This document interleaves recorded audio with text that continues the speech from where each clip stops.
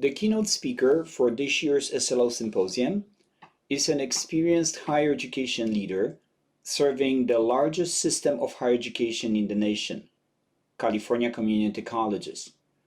It is my pleasure to introduce to you Dr. Aisha Lowe, Vice Chancellor of Educational Services and Support. Dr. Lowe.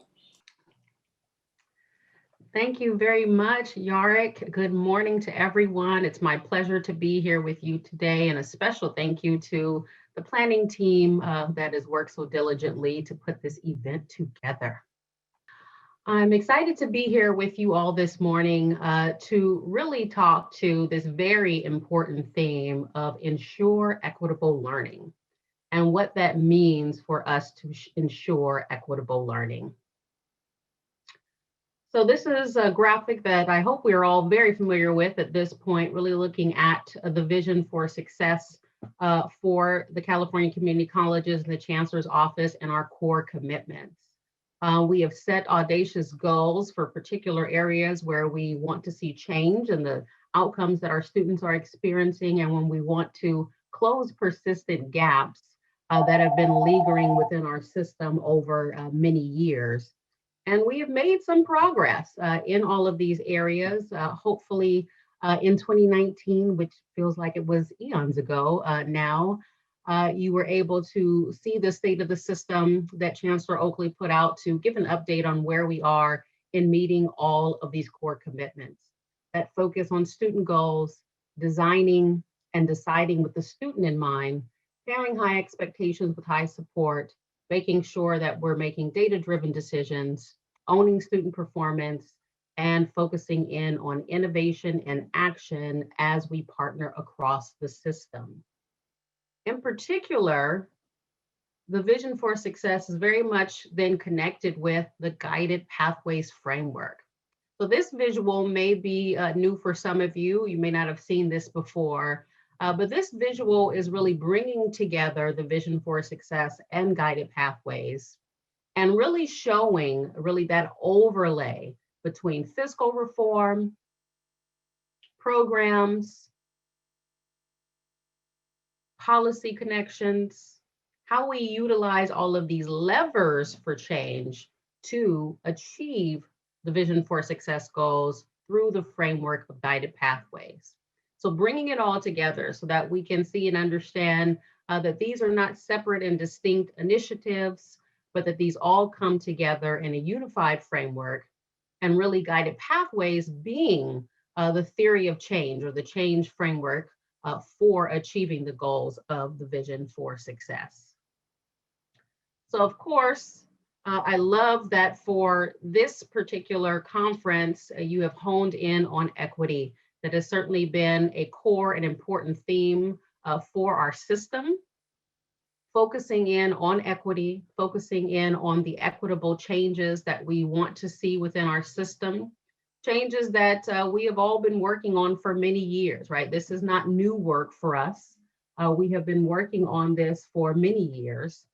But what we did in 2019 within our system and really across the nation was really hone in on and really crystallize our focus around equity. Having courageous conversations about the ways in which persistent equity gaps have lingered within our systems, and really challenging ourselves as educators, challenging ourselves to really dig into this work with renewed vigor and renewed focus, and to really highlight this and spotlight this as a central focus for us all to work on. Because we all want to see the day when these equity gaps no longer exist. For all of us that have been in education for a long time, I know my entire career has been in education, this discussion around these equity gaps has been a constant and persistent discussion. And there's been lots of positive changes across the realm of educational reform. And we seem to be slowly chipping away, but often find it difficult to have substantial, right, or significant change. And so we're crystallizing that focus and really digging into what do we need to change personally, professionally, and in our institutions so that we can hopefully, I certainly hope, it is my dream, see a day where these equity gaps no longer exist. where students' outcomes are no longer correlated with their racial or ethnic background or their socioeconomic status, right, or their language background, where we can see these persistent, nasty correlations finally dissipate, hopefully within our time. And so this is an equity framework that we've been looking at the Chancellor's Office. You may have seen this in some other presentations of this overlap between the personal work that we must all do as individuals to combat equity, combat inequity. I love to quote something that our Deputy Chancellor, Dr. Daisy Gonzalez, always says: policies and procedures don't actually change institutions, people do, right? We are the core, we are the center of our institutions, and we are ultimately the individuals that are going to create the change that we want to see. And so that starts with that personal work, but then professionally within our roles, interrogating our practices, interrogating our policies, pushing against the status quo and making sure that we are utilizing equity-based practices effectively to support our students. And then, of course, at an institutional level, we are interrogating our policies, our practices, our curricular, and our structures to make sure that they are equitable and achieving the outcomes we desire for our students. But in line with your theme, I really want to hone in my time with you today on our Guided Pathways pillar for ensuring learning, and love this focus on equity, adding in ensure equitable learning. I may actually pitch to our office, maybe that should be a permanent change. Let's get that equitable in there permanently, that we want to ensure equitable learning.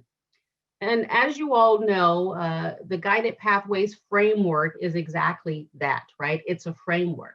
We, as educators, still have to put some detail, right? Some structures, some plans of action around that framework to really understand, what does that mean, right? What does it mean for us to clarify the path? What does it mean for us to help students stay on the path?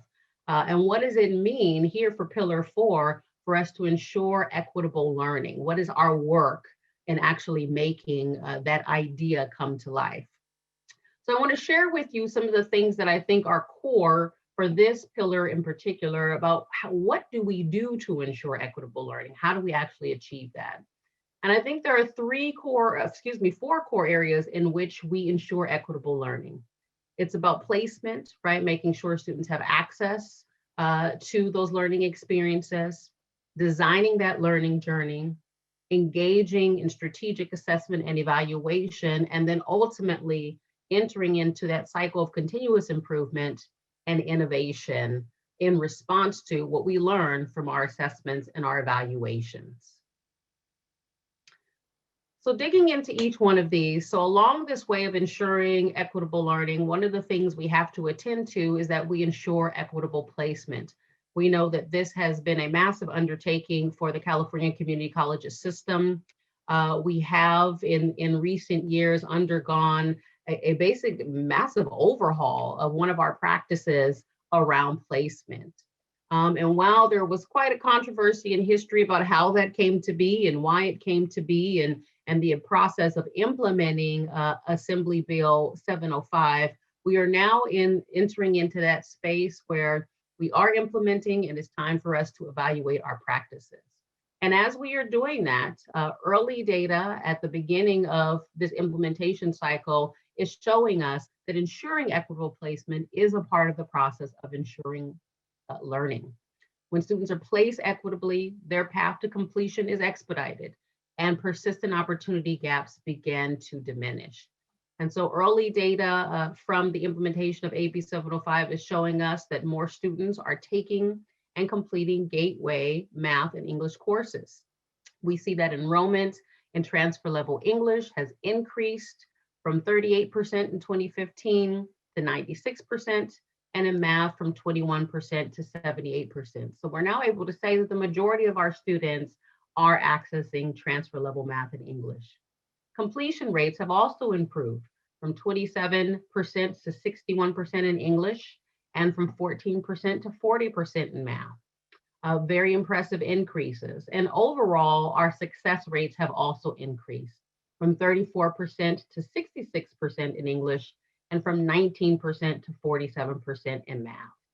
So in all of that, we see that when we eliminate opportunity gaps, we can diminish equity gaps. And we're seeing similar increases no matter a student's high school performance. So no matter what GPA band from high school they entered into our system with, we're seeing these increases, and we're seeing it across all subgroups. And so this data is promising. It's encouraging. We, of course, will continue to implement with fidelity and continue to assess implementation to figure out what's working and what's not working and where we need to make improvements. When we think about placement and we think about equitable placement, we really do have a moral obligation to provide all students that opportunity to access high levels of education and then to support their success. And that support and that success we know happens in the classroom. And so that to me is the next important piece of what it means to ensure equitable learning is really to support the planning and engagement process that happens within the back and forth, the iterative process of teaching and learning that occurs within our classrooms. So the second piece that I think is essential to ensuring equitable learning is that we ensure an outcomes-based learning journey. So this is an area where I believe for all of us as educators, we are certainly in higher ed in this space where we're really asking difficult questions about the way that teaching and learning happens in higher education. And how do we transform the way that we engage in teaching and learning for this time, right? As you all know, both in K-12 and in higher ed, we are operating in fairly antiquated systems, right? We have systems of education, ways of being and doing on our campuses that were established decades ago for a world that no longer exists.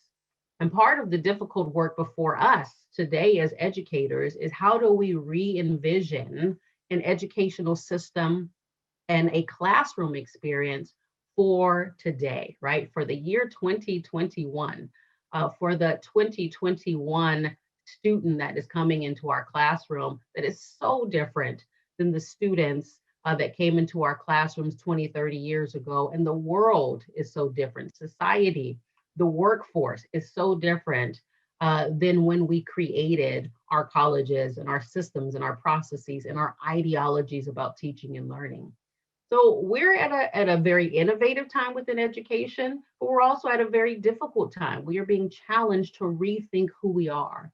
We are being challenged to rethink what we do and to re-envision what education looks like in this time for these students and these educators of this day. So one of the things that I think we need to do is to really push ourselves towards outcomes-based learning journeys, right? Understanding that learning is not a destination, it's a journey. I love this quote you see here at the bottom of the slide from John Dewey, that growth is often regarded as having an end instead of being the end, right? So how do we shift our thinking around teaching and learning that it's about growth, it's about continuous improvement, really focusing teaching and learning on those outcomes. What are the skills and the competencies that our students need to have and need to be able to demonstrate? And so as you look into some of the literature on outcomes-based learning, and in particular, growing literature around competency-based education, which of course is an effort that we're moving forward for our system as well, you see these elements about really shifting the way that we do planning, the way that we structure our learning journeys, backwards designing from the outcomes to the inputs, so that content, lessons plans, activities are really being carefully crafted based on the framing of the outcomes that we want to focus on being more demonstrable or performative in nature. Shifting within our process of teaching and learning from an information pedagogy to a mastery pedagogy, right? We have students who are highly interactive outside of the classroom. I think about the young people that we'll have in the future, these digital natives, the things that they are able to navigate and do, right? 2-year-olds and 5-year-olds seem to know how to operate our smartphones better than we do. Those students are going to end up in our classroom, and they're going to be looking for a hands-on interactive experience that mirrors the sort of hands-on interaction that they do on a regular basis outside of the classroom. So how do we evolve our learning journeys, our classroom experiences from that passive reception to that active engagement, so that they are having those hands-on experiences in the classroom and see the classroom as an extension of those interactive life experiences, not a place where they have to step in and shut all that down and simply receive information. So these tenets you see here, these are often cornerstones of competency-based education. And as you hopefully know, we did recently in November of last year, the Board of Governors approved a set of regulations to establish direct assessment competency-based education as an option within our system. We are now from the Chancellor's Office designing and launching a pilot. I want to very much thank our partners from the Academic Senate and our statewide curriculum committee who really dug in very hands-on to help bring that to life. But beyond that initiative, right, sort of adding competency-based education to our suite of options, which some colleges will choose to do and some will not, this is really about how do we infuse those tenets of competency-based education across what we do in teaching and learning, right? How do we shift to really this outcomes-based learning journey? Another key element here then, as we want to ensure equitable learning, is that we ensure authentic assessment and performative evaluation. This has certainly been a hot topic in education as of late, right? How do we elevate assessment as a tool of learning, not simply a measure of it, right? How does assessment become a part of that learning journey and that learning process, and not just this outcome that we gather at the end of a learning journey? So we're really talking about assessment that not only assesses students' learning, but actually teaches students in the process of completing assessment, they're actually learning, and also improves their skills and their understanding of course content, and helps them to self-evaluate where they are and what they need to continue to work on. We want to build from formative to summative assessments across a scaffolded learning journey. We are all familiar with these different forms of assessments. We often focus solely on summative assessments, those evaluations of student learning and knowledge and proficiency that often come at the conclusion of an instructional period. But essential to ensuring equitable learning is that we engage in more formative assessment. How are we assessing students' learning and their understanding along the learning journey in a way that those assessments are actually informing our classroom practice and informing the experience that students are going to have? So with those formative assessments, we're really talking about tools that we use to identify misconceptions, struggles, learning gaps along the way within the learning journey, so that we can assess how to close those gaps before we get to the end of the learning journey. I don't know about you all, but for those of us who have served as faculty, I have most certainly had the experience of getting to the end of a course, giving that final exam. And while I did work hard and put in much effort to make sure that my final exam fit into this category of an authentic performative assessment, even then, receiving that information back, seeing the successes, being very proud and excited about the ways in which my students were able to demonstrate their learning, but seeing where the gaps still remained, but then it all falls flat because the course is over. All right, the final exam has been given. While I certainly could send them emails about the gaps I saw in their final exam, they probably wouldn't have read them at that point, right? So with formative assessments, it's really about building that into the learning journey earlier, so that assessment can actually inform the learning journey and students' learning process. Within that, we want to involve the students in that recursive, that iterative process of learning, assessing, and adjusting. With formative assessments, it really helps us to take stock of students' current mastery in relation to those desired outcomes, so that we can shift the learning journey as needed. And research in the area of authentic assessment has actually found that these types of assessments actually bolster a student's ability to take ownership of their learning, right? When they understand that the goal is improvement and progress, it helps to shift their focus from simply achieving a grade to really engaging in the learning. And then lastly, how can we use multifaceted assessments that are not just of discipline content, but also of applicable competencies and those very important 21st century skills? Right? As educators, we are much more than purveyors of content. We are shaping hearts and minds, and we're building futures. And as a former president of mine used to always say, students, when they leave our institutions, they should be able to read, write, think, and speak effectively and be highly employable. And for us within our community college context, I would add to that and also be ready for transfer.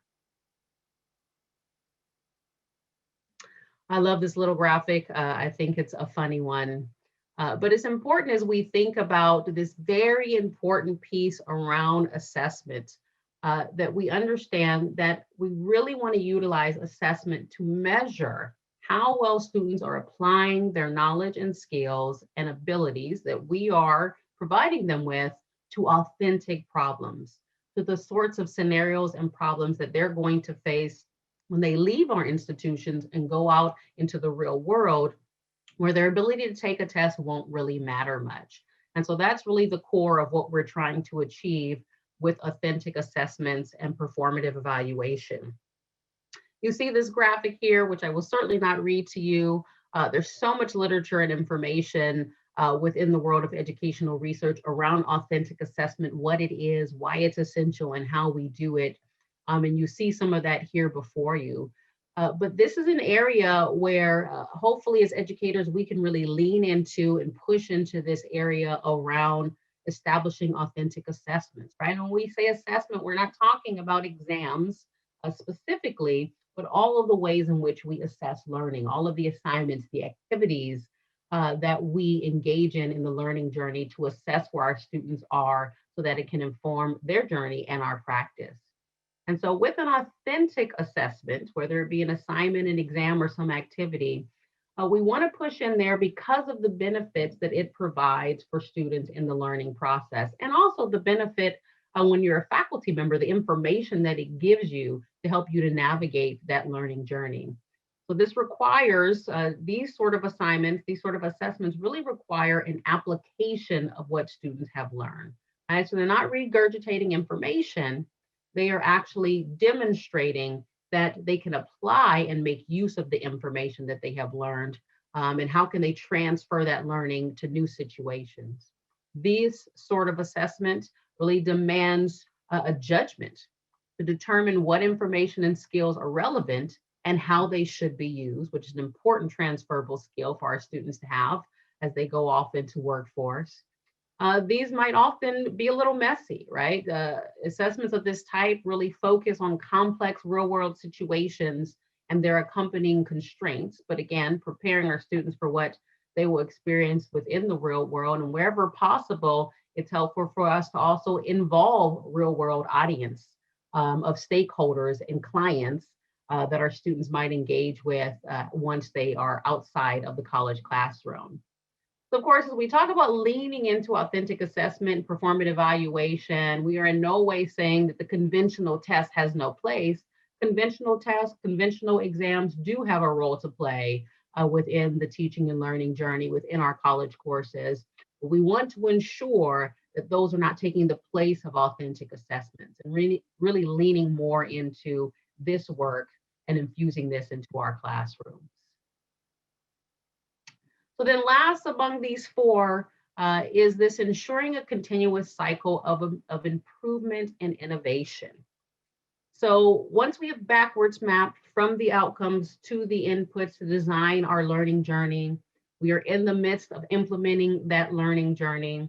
As we are engaging in that learning journey through formative assessments, we are assessing, reevaluating, and shifting our practice along the way, and then ultimately at the end of a particular learning journey, more fully, summatively assessing our students' experience and their outcomes so that we can innovate. And being in that constant iterative cycle of this improvement and innovation. So when we talk about continuous improvement, again, another area where the literature has a lot to say about what that means and how we engage in that.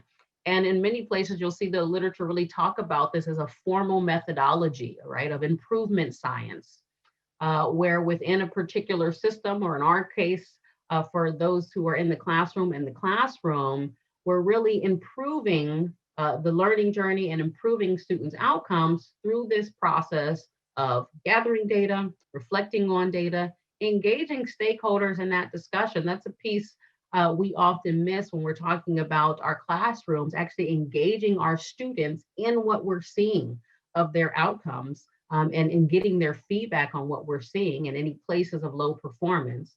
And then planning for those targeted improvements and repeating the cycle as we continuously improve.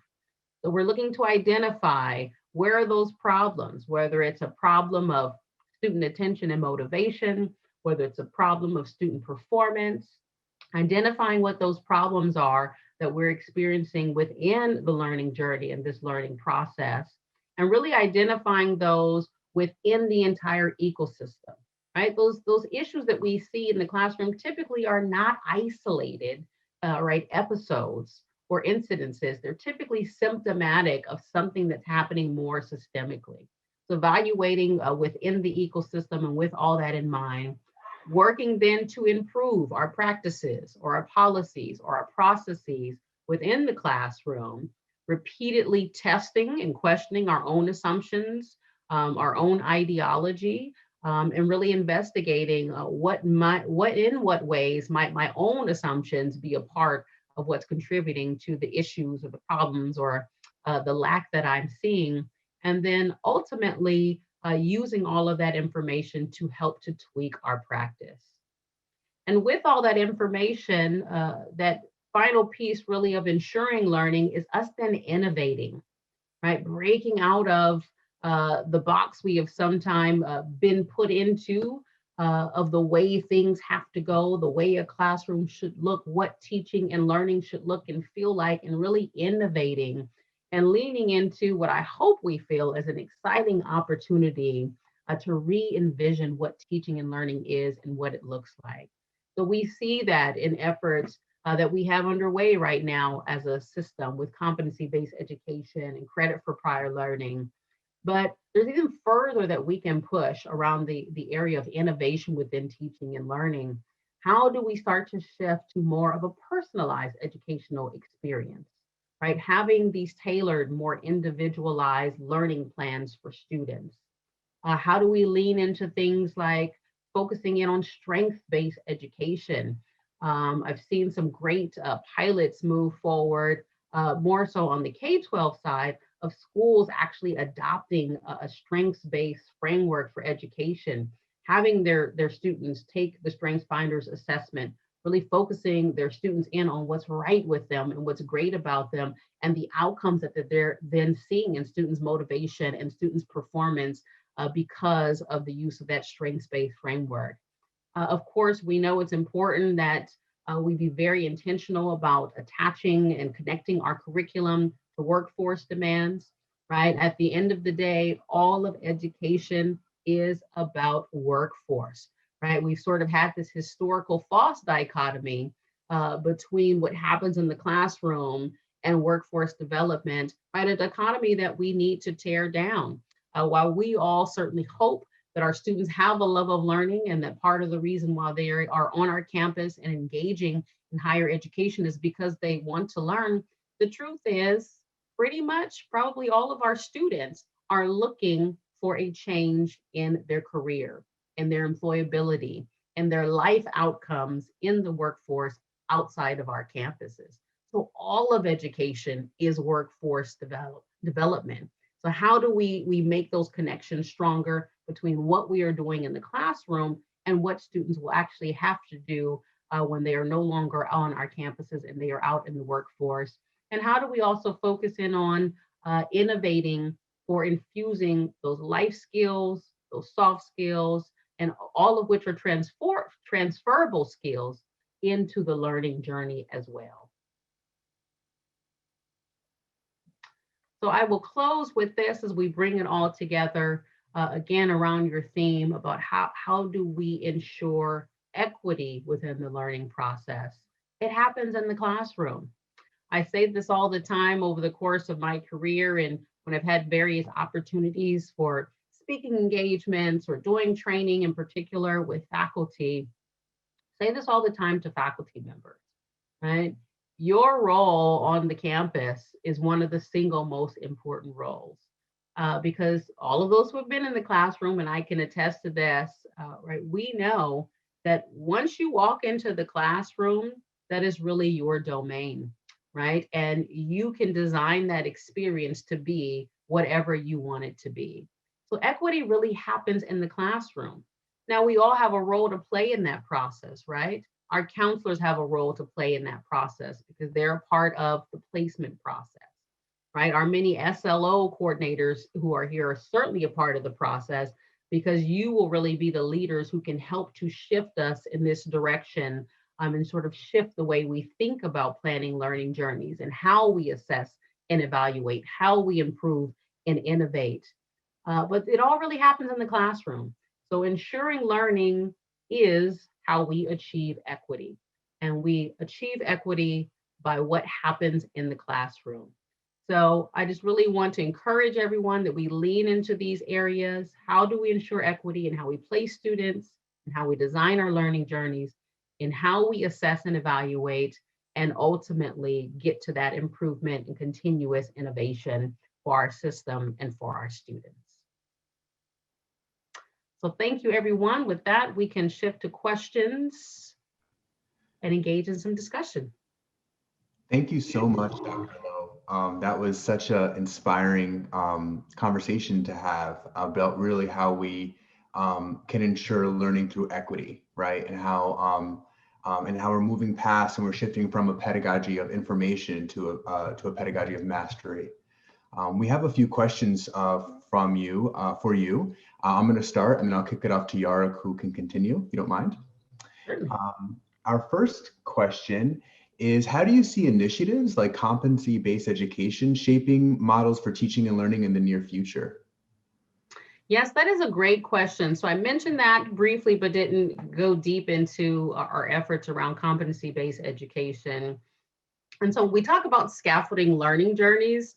Competency-based education is really one of those opportunities system-wide for us to scaffold our system in transitioning the way we think about teaching and learning, right? So we're beginning with a pilot, right? We'll have a small group of colleges, those early implementers that are ready to jump in and roll up their sleeves and really dig into the details of establishing these competency-based education degree programs. But in addition to that, even as we think about the pilot, the collaborative that we're designing right now, we are designing it in such a way where we really want it to operate more like a professional learning community, so that as those participating colleges engage in a learning journey around things like what is authentic and performative assessment, around how do you identify competencies? How is that different from or similar to our student learning outcomes? And how do we transition from SLOs to competencies? We are going to design that whole experience in such a way that when we have these opportunities for learning, those are opened up more broadly to the system, right? So it connects with part of what I was talking about earlier, that on the one hand, we have an initiative where colleges can establish a competency-based education degree program, but we want to infuse throughout the system thinking of teaching and learning in that way, right? Shifting to focusing on outcomes more than inputs, shifting to focus on mastery and the ways in which our students need to demonstrate their skills and abilities in the classroom and outside of the classroom. So it's really about leveraging this opportunity for competency-based education to really push us and shift us in the way we think about teaching and learning in general. And then I'm going to blend the next two questions together because faculty are really intrigued by this idea about what we can do in the classroom and how equity can happen in the classroom.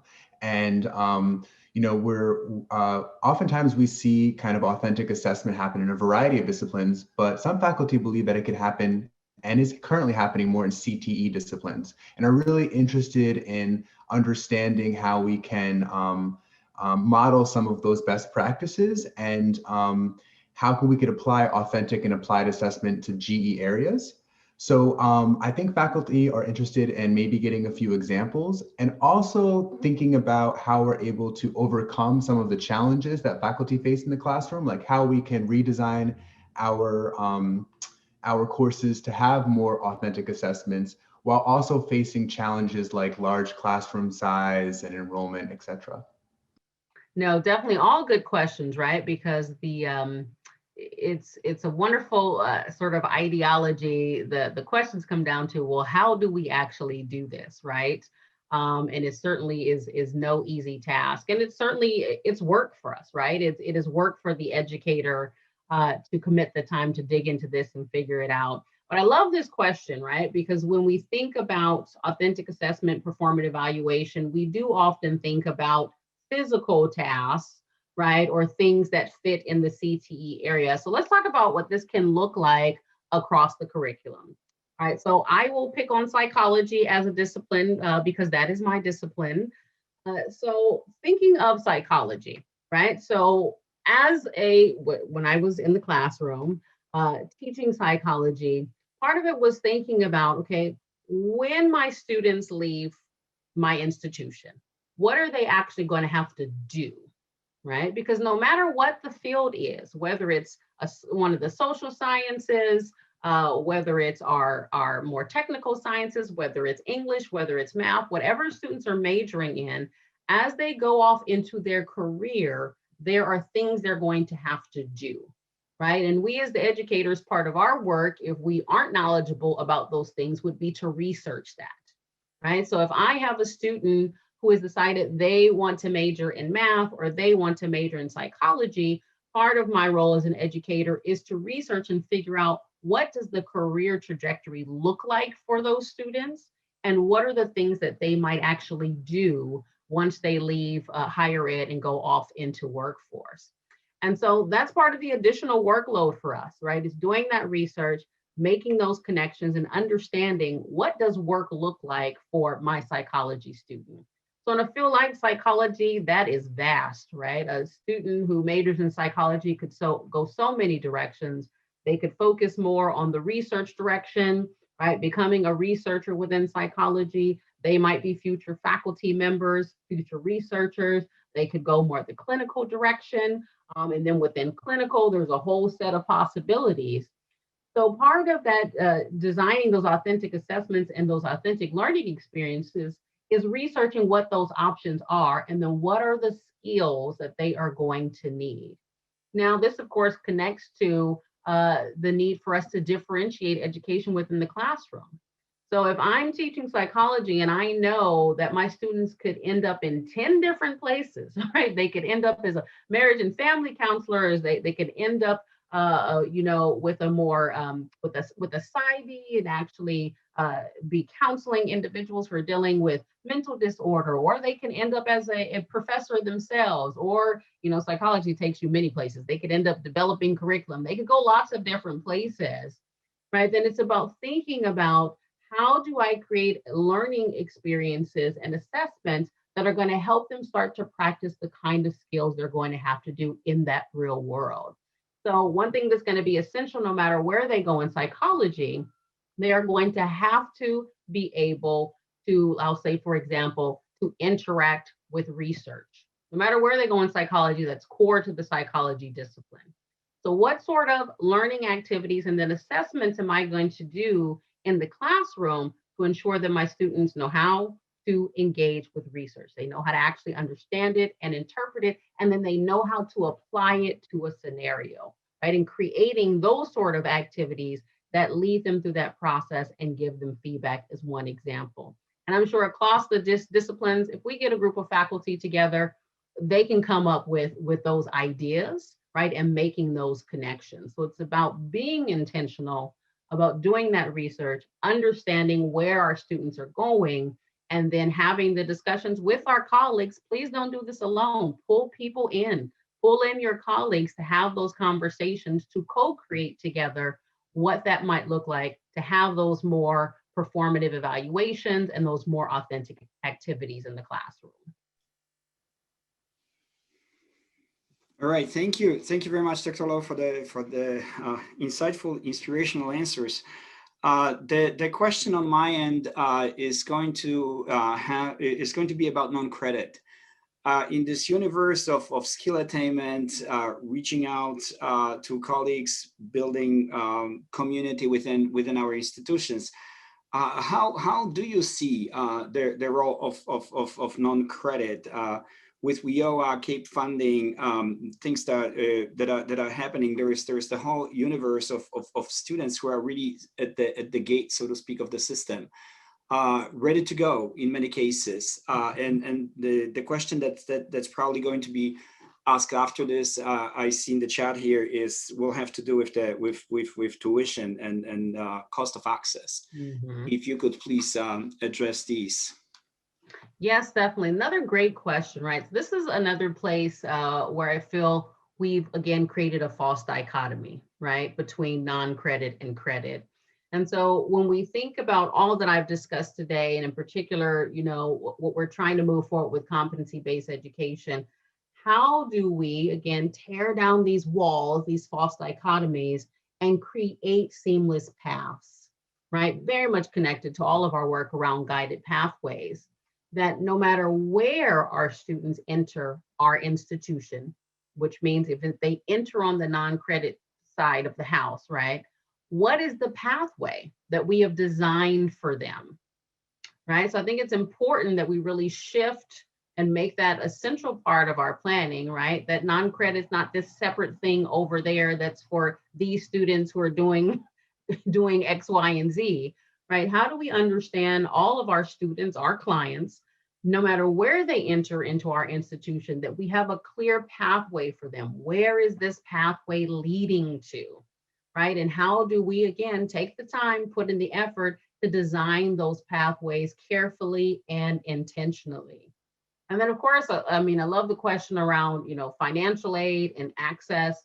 This is a big area for us at the Chancellor's office, really, again, pushing on walls that have been put into place that advantage some students over other students, right? So we are very much focused on true cost of college, right? How do we ensure that all of our students, no matter how they enter our system, that they have the financial support to not only afford tuition and be able to interact with our institution, but to live and survive, right? Students cannot focus on what is happening in the classroom if they're trying to figure out where their next meal is coming from. So that's that basic needs, true cost of college, and making sure that no matter where our students enter into our system, they have the supports both outside of the classroom and within the classroom to be successful. And then we can focus on the work of how do we establish clear pathways for them of how they're going to perhaps enter a non-credit and then have a clear pathway to a particular credential, a particular certification, or into credit, and also on to transfer. So that's another essential piece of the work here. Thank you very much. So the next question that I see has to do with AB 705. As you know, enrollment is not where we would like it to be. There are many colleges who are voicing concerns about enrollment because of COVID and the current situation that we have. In many households, it's true that all hands are on deck. We don't have money to pay the rent. Please make sure you get the job first before you go to college. And I think we are bearing the fruit of those decisions. So how would you see the push of this moving students to the higher level? And again, in many cases, faculty feel that students are not always necessarily ready. Considering those circumstances, what is the future for AB 705? What is there what would be, from your perspective, good advice, guideline to continue the process? No, thank you. That's a great question. So I'm really going to lean into this one. I apologize in advance because I may say something someone doesn't like. When we really think about AB 705 and really equitable placement, right, ensuring that we are tearing down barriers to opportunity for students, right, and hearkening back to that very first slide on the vision for success, that one of our goals is to pair high expectations with high support, right? So giving students that access to those transfer level courses is about that high expectation. Right, we fundamentally must challenge our underlying mindset around students' readiness, right? All students are ready.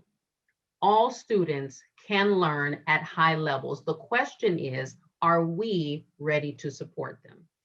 Right, so we have got to shift that. We have got to push against that ideology that there are the ready students and the not ready students. There are students who can handle that level of learning and students who cannot, right? And I push us strongly on this one. That is a lingering vestige of institutional racism.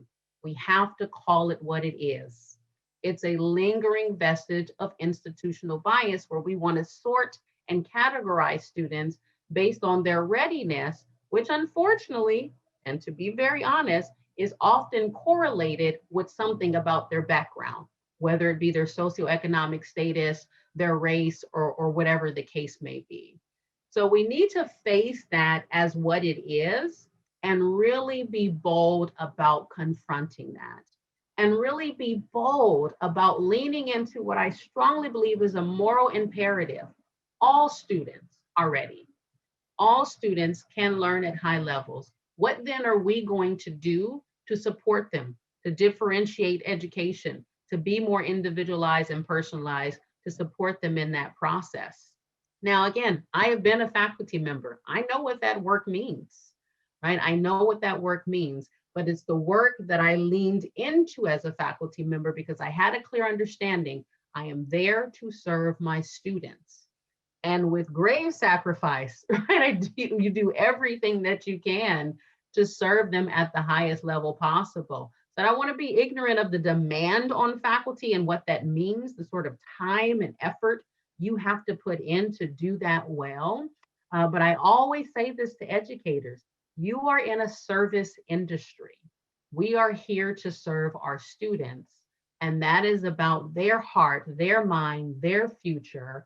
We are doing God's work as far as I'm concerned. We certainly don't get paid or appreciated at the level that we should for the work that we are doing. But the work that faculty are doing is the single most important thing happening on our campuses. It is difficult, it is hard, but we have to lean into it. Now, having said that, our institutions then also need to do a good job, a strong job, a more effective job of then supporting our faculty. What support do faculty need? What professional development and technical assistance do faculty need? I'm going to say something very controversial. Someone might send me a nasty email, but what does an appropriate faculty load look like for a faculty member to be able to operate at the levels that we want them to operate at, right? To do all of this work of differentiation and studying and researching workforce demands and developing authentic learning experiences and performative assessments. What do we need to do to support faculty in that? But really want to strongly push us to lean into a unified understanding that we must be ready for our students. They don't need to be ready for us. I appreciate your leadership. Thank you very much. Thank you, everyone.